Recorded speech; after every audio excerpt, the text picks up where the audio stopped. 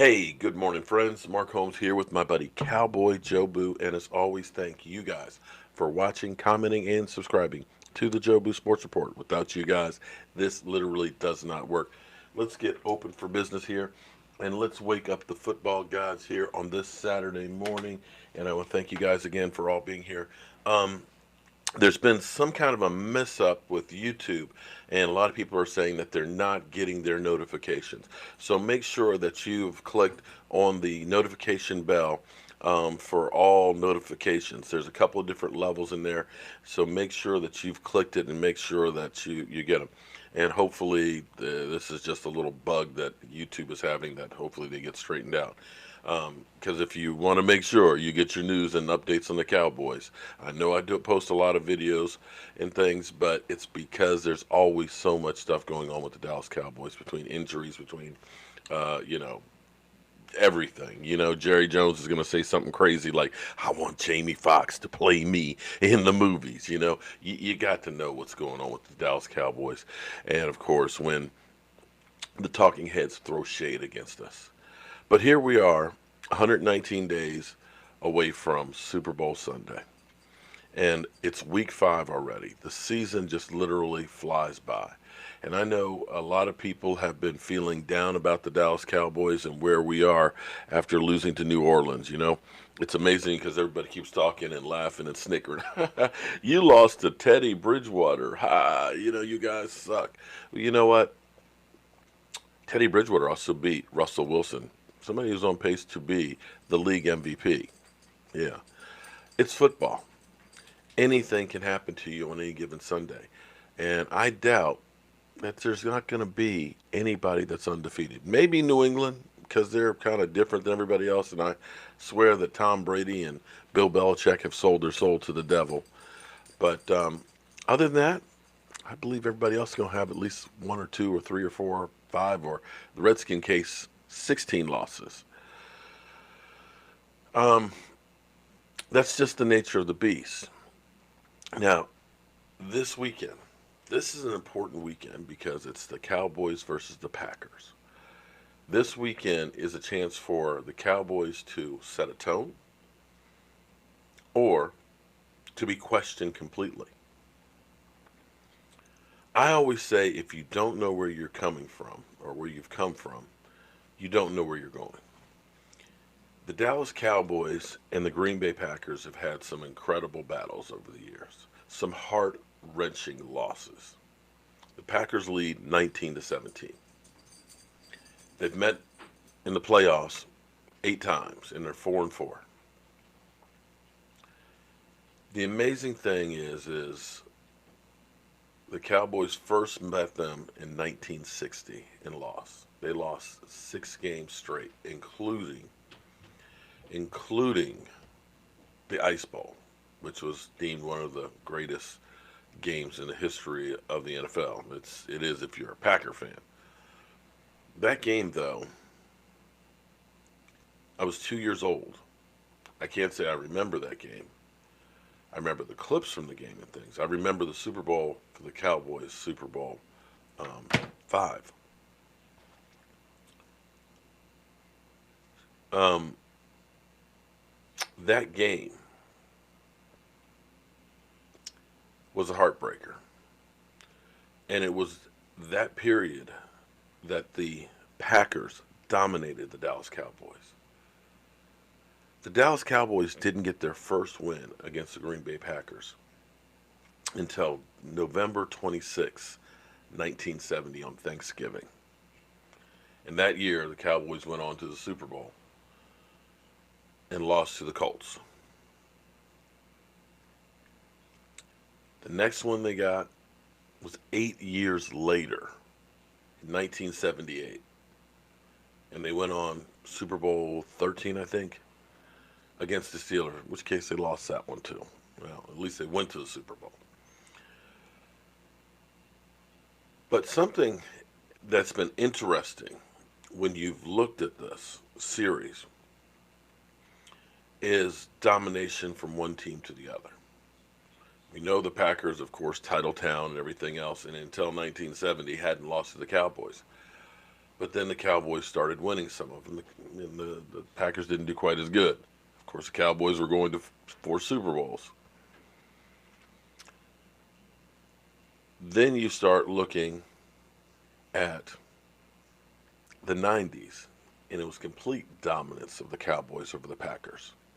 Until then, of course, Brett Favre came along, and then the Packers had kind of owned us in that time.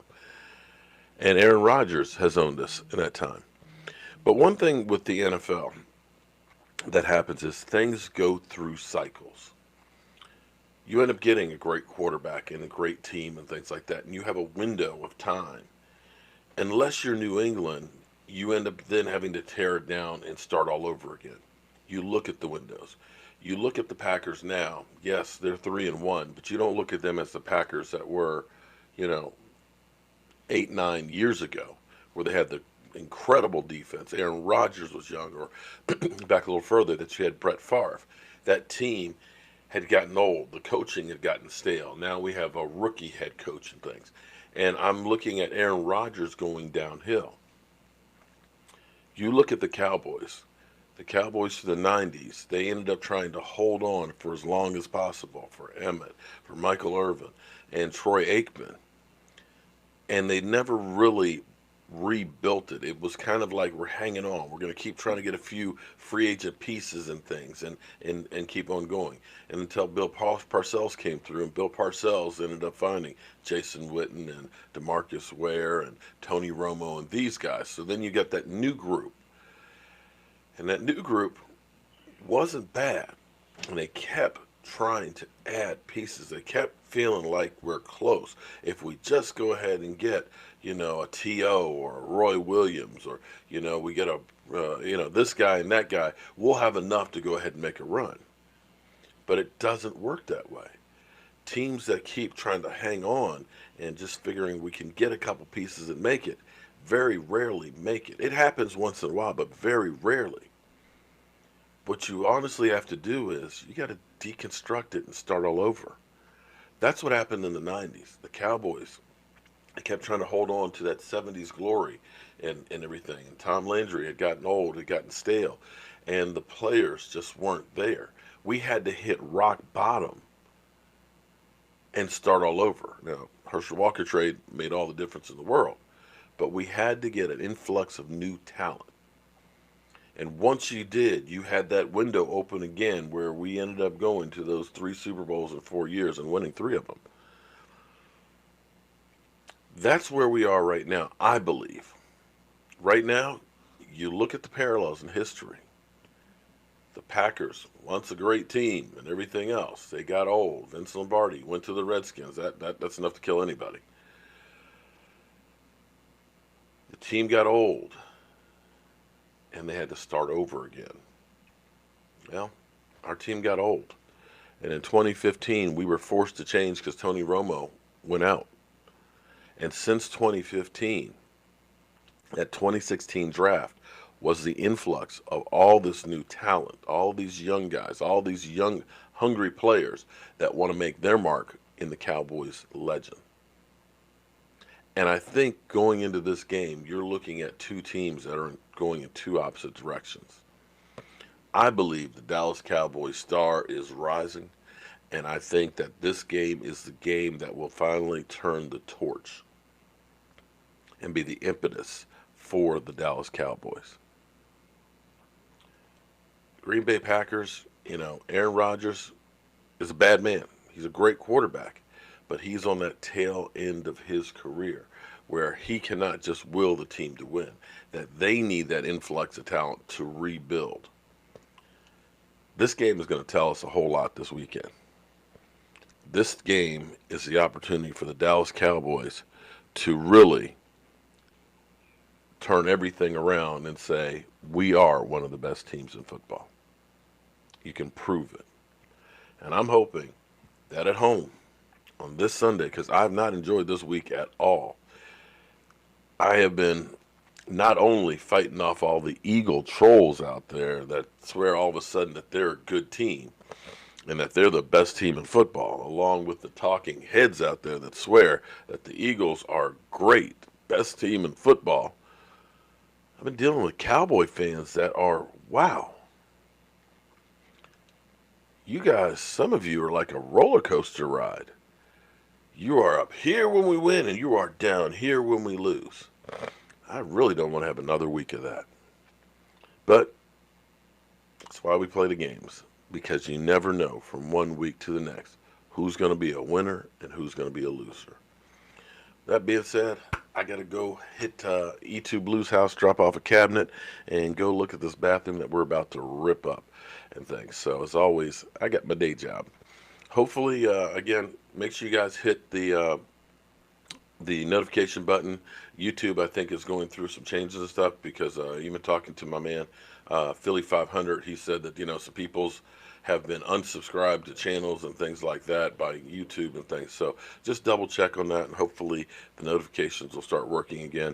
And just as a precaution, I have another channel, which is Joe Boo's Day Job. Subscribe to that channel so that way if something does happen to this channel, you'll be able to find me over there. And as you can see, the dog is all excited this morning. I'm Mark Holmes with a mad dog in the house. I'll see you soon.